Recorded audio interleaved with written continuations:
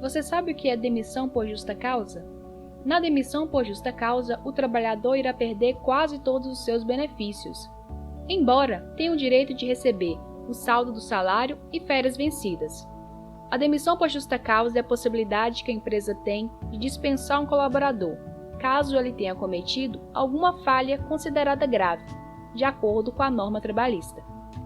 Nesse vídeo de hoje, você verá suas hipóteses e requisitos para a sua configuração. Mas antes disso, se inscreva no nosso canal, isso nos ajuda muito, e curta esse vídeo. Vamos lá! A justa causa está prevista no artigo 482 da Consolidação das Leis Trabalhistas, a CLT, e sendo composta por 8 capítulos, no capítulo 5 trata-se da rescisão. A rescisão sinaliza o término formal do vínculo empregatício. O artigo 482 é composto por 14 incisos que indicam comportamentos do empregado que pode caracterizar a rescisão do contrato por justa causa. Note que é obrigação do patrão comprovar o ato que deu causa à dispensa para a rescisão, pois, por se tratar de falta grave, a empresa deixa de pagar diversos direitos ao empregado. Vamos discorrer sobre cada inciso. Em primeiro lugar, temos o empregado que comete atos de improbidade. O que são esses atos? É cometido por aquele empregado que, no desempenho de suas funções, estiver agindo com desonestidade ou má-fé, com a intenção de alcançar vantagens para si ou para terceiros. São exemplos de atos de improbidade a apresentação de atestado médico falso, roubos ou qualquer outro tipo de fraude. Em segundo lugar, temos incontinência de conduta ou mau procedimento. São excessos cometidos pelo empregado. Geralmente estão relacionados à falta de pudor, falta de moderação e atitudes desrespeitosas com colegas de trabalho. O mau procedimento está relacionado com comportamento e atitudes consideradas inadequadas, não apenas pela empresa, mas pela sociedade como um todo. Citando algumas estão o bullying, machismo, racismo e entre outros. Em terceiro lugar, temos negociação habitual no ambiente de trabalho. Basicamente, ela se configura quando o empregado se aproveita de sua função para coletar clientes para si ou para outrem. Vamos supor que você trabalha em um escritório de advocacia e começa a repassar os clientes para um amigo que também é advogado e cobra um valor menor. Isso constitui uma concorrência desleal com o local em que você trabalha, pois você está valendo-se de uma situação privilegiada. O quarto inciso trata-se da condenação criminal do empregado. Se o empregado for condenado criminalmente e não couber mais nenhum recurso, o empregador pode demiti-lo por justa causa. Isso tendo em vista que provavelmente ele vai ser preso e não terá mais condições de continuar exercendo suas funções. O inciso 5º trata-se da desídia no desempenho das respectivas funções. A desídia é a preguiça, a má vontade. Um exemplo de desídia é aquele trabalhador que sempre chega atrasado ou nunca entrega suas tarefas no prazo estabelecido. Nessa hipótese, a jurisprudência entende que o empregador deve tentar corrigir o comportamento ruim do empregado antes de rescindir o contrato por justa causa. O sexto inciso trata-se da embriaguez habitual ou em serviço. O empregado que tem algum problema conhecido com o alcoolismo e cultiva o hábito de frequentemente trabalhar bêbado, pode ser dispensado por justa causa, de acordo com a CLT. No entanto, a jurisprudência entende que, sendo o alcoolismo uma doença, não é permitida a rescisão do contrato de trabalho. Nesse caso, o funcionário deve ser encaminhado para um tratamento adequado e pode, inclusive, requerer assistência ao INSS. Em sequência, temos violação de segredo da empresa. Violação de segredo da empresa, para justificar a justa causa, é necessário unir 2 requisitos. Deve ficar comprovado que o empregado agiu de má-fé ao repassar informações sigilosas do empregador.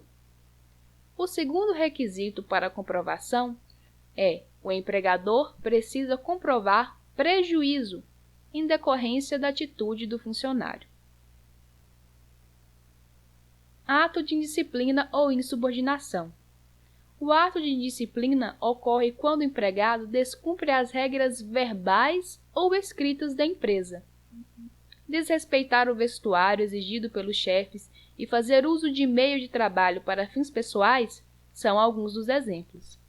A insubordinação, no entanto, é caracterizada por quando o trabalhador descumpre uma ordem direta, dada por algum superior, seja verbal ou escrita. Abandono de emprego. A falta injustificada de um empregado por mais de 30 dias é considerada abandono de emprego. É prudente que o empregador envie notificação com aviso de recebimento para o endereço do empregado, requerendo seu retorno ao trabalho e informando que o não cumprimento acarretará em demissão. Ato lesivo da honra ou da boa fama, ou ofensas físicas praticadas no serviço contra qualquer pessoa. O empregado que praticar ofensa física ou moral contra qualquer pessoa durante o serviço, colega de trabalho, clientes, fornecedores, poderá ser penalizado com a justa causa. A única exceção ocorre nos casos de agressões físicas que configurem legítima defesa própria ou de outras pessoas. Ato lesivo da honra ou da boa fama, ou ofensas físicas praticadas contra o empregador e superiores hierárquicos. Essa situação é semelhante à hipótese anterior, mas diz respeito à ofensa direcionada ao empregador ou aos superiores hierárquicos. Não raro, vemos notícias de pessoas que foram demitidas por justa causa porque falaram mal da empresa em que trabalhavam nas redes sociais. Prática constante de jogos de azar. Nesse caso, a rescisão por justa causa ocorre em regra para o trabalhador que pratica constantemente jogos de azar no local de trabalho. Porém, se restar comprovado que a prática, mesmo fora do horário e espaço de trabalho, estiver comprometendo o rendimento do empregado, a demissão por justa causa pode ser aplicada. Note, é necessário comprovar a habitualidade. Atos atentatórios à segurança nacional. Se ficar comprovado, por inquérito administrativo, que o trabalhador cometeu atos atentatórios à segurança nacional, a dispensa por justa causa pode ser imediata. Esse é o fundamento para a rescisão por justa causa do empregado que já está em desuso. Perda da habilitação profissional. Trata-se de uma inovação trazida pela reforma trabalhista. Nela, se o empregado perder sua habilitação ou deixar de cumprir os requisitos estabelecidos em lei para o exercício de sua profissão, ele poderá ser demitido por justa causa.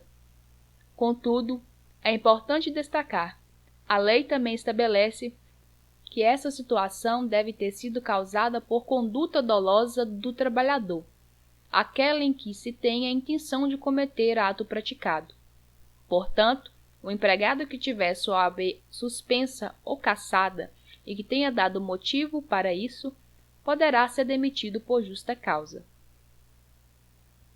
Caso o empregado cometa algum dos atos acima citados, considerado graves, cabe ao empregador a responsabilidade e o direito de puni-lo, considerando 3 elementos que configuram a justa causa.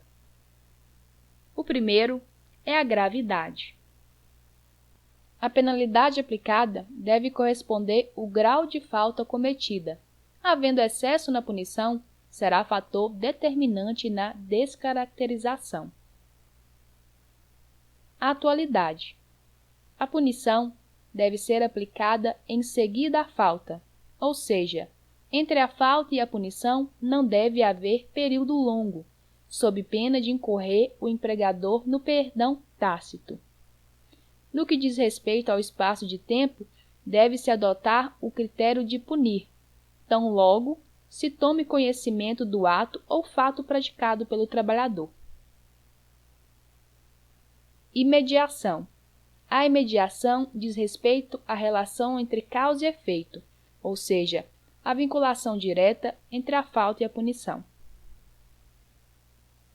Esses foram os 3 requisitos que ensejam a justa causa.